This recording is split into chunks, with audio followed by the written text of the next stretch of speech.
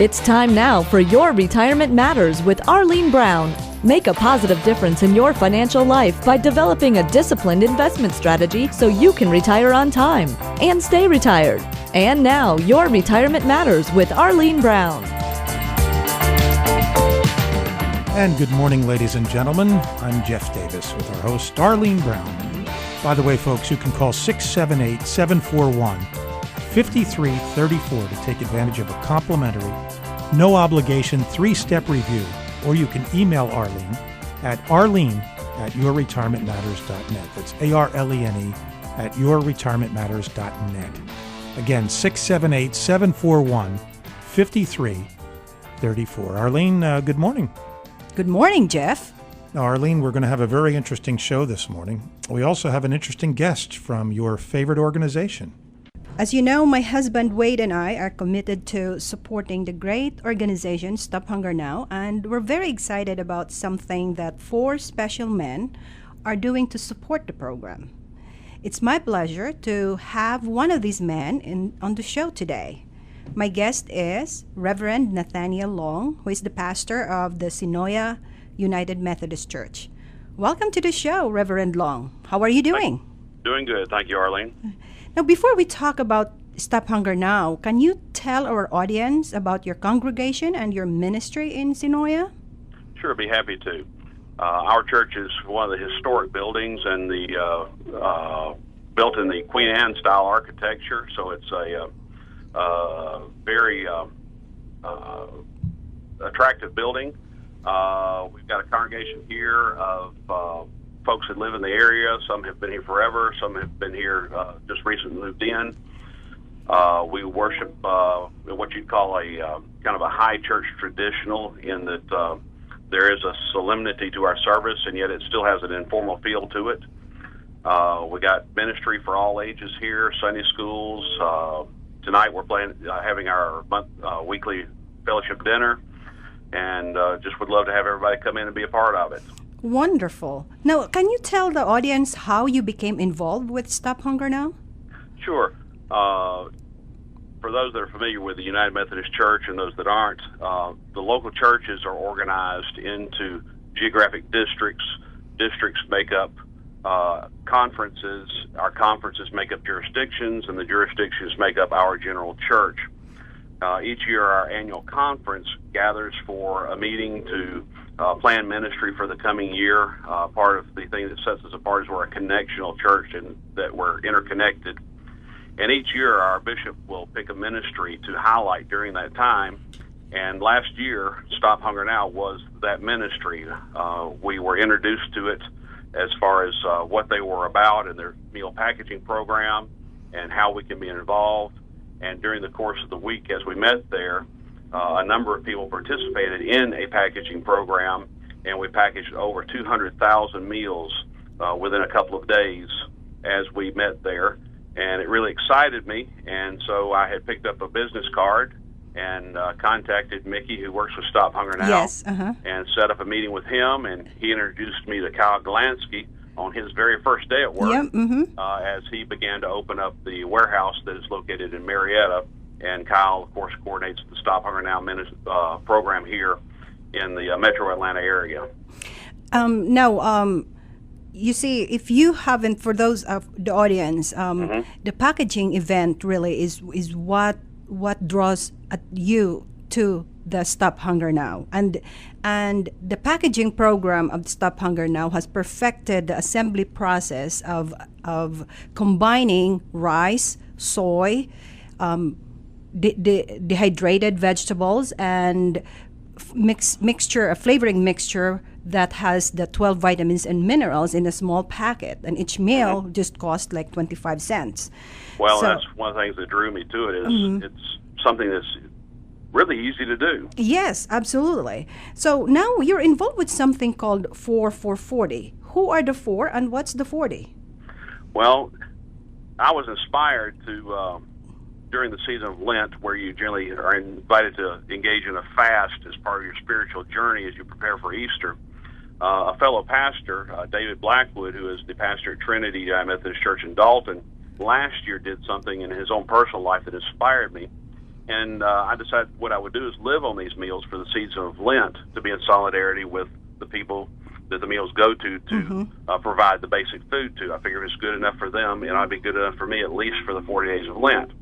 Well, David heard I was doing this, and he said, well, I'd like to do that with you. So David Blackwood at Trinity Dalton's here.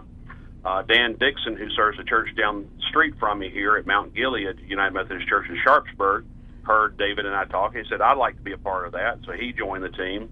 And John Maddox, who is the pastor at Pleasant Grove United Methodist Church in the LaGrange area, heard about it. He says, I want a part of that.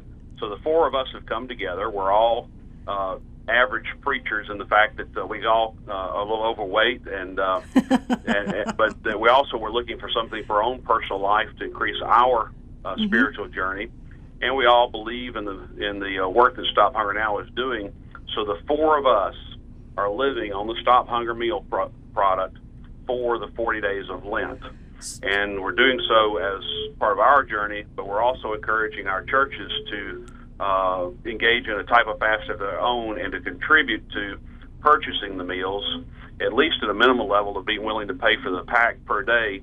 Each package has 6 meals in it. Each meal's 25 cents, so it's $1.50 a day for the 40 days of Lent, which will be a donation of $60, but that $60 will turn into meals for 240 children. Now, if I may ask, how much weight have you guys lost since you started eating the Stop Hunger Now meals? Well, the weight loss is just kind of a side benefit, kind of an Yeah, I afternoon. know. It is not the purpose. Obviously, if you significantly reduce your calories, it comes along. The last time we took inventory combined, we've lost over 40 pounds. Oh, fantastic. Between all of us, but that was only after about a week on the meals. So how can our audience help with 4 for 40? Well, of course, the obvious thing is for those that are people of faith is to pray for the Stop Hunger Now packaging program and to support them with their prayer support and to tell people about it, because it's not just a church thing. Businesses, schools, individuals can all contribute and do packaging programs. But the most direct way, of course, is besides calling attention, is we're hoping to generate income that will lead to packaging events so we can actually pack the meals that they will feed children. And they can contribute to this online through Stop Hunger Now at www.stophungernow.org/4, the word 4, F-O-R, and the number 40. So that's 4440. And there's an online donation there, and they can contribute through us. And if they want to select a specific pastor, maybe they live near them, they can designate that in a place where you can honor someone, or they can just give the gift, and we're going to divide it up so that hopefully we'll have a packaging event at each church in this group. So at this point, how close are you to your goal of 10,000 meals for the hungry? Well, for me personally, at last tally earlier this week, I received some gifts this week. I'm at 4,680 meals. Wonderful. And the last I checked, at least 2 of the other guys are in that neighborhood. But the thing is our push is that we will bring these gifts where we're asking our congregations to contribute will take place really on Easter Sunday. So these are gifts that have come in ahead of time from family and friends and community folks and a few church members. But the real payout will be on Easter Sunday when we bring those gifts to worship that morning. Wonderful. Again, Nathaniel, can you do me a favor? Give Sure. us the website again. Sure. It's www.stophungernow.org/4440. That's the number 4, the word 4, F-O-R, and the number 40. Thank you very much for your time, Reverend, and thank you for your dedication and sacrifice for Stop Hunger Now and the fight against world hunger. Thank you very much. I appreciate the opportunity to share our story with the community. Thank you so much. Thank you. Wow, what a great organization. I love the work that you and the Reverend and your husband Wade are doing for the community. Arlene, let's talk a moment about Japan. Do you feel that the media is somehow demonstrating its tendency to kind of scare us, the public? Yeah, always. What happened in Japan is horrific. I have a sister in Japan, and I was in Houston when the tsunami happened, and I woke up 6:30 in the morning. That's 5:30 our time, but so I did not really know what was going on. Then suddenly I felt something. And I realized I have a sister in Japan. And I did not know which part of Japan she was, or she is.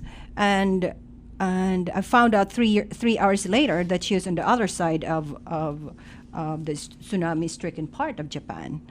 So, but really, and I don't have the exact words how to describe the anxiety with those 4 hours or 3 hours that I waited to get news about her. Now, and yes, especially the media, it really has a tendency to scare the public. And it was put on display last week when the steady stream of reports that are quite exaggerated, describing the status of damaged reactors at the stricken power plant in northern Japan.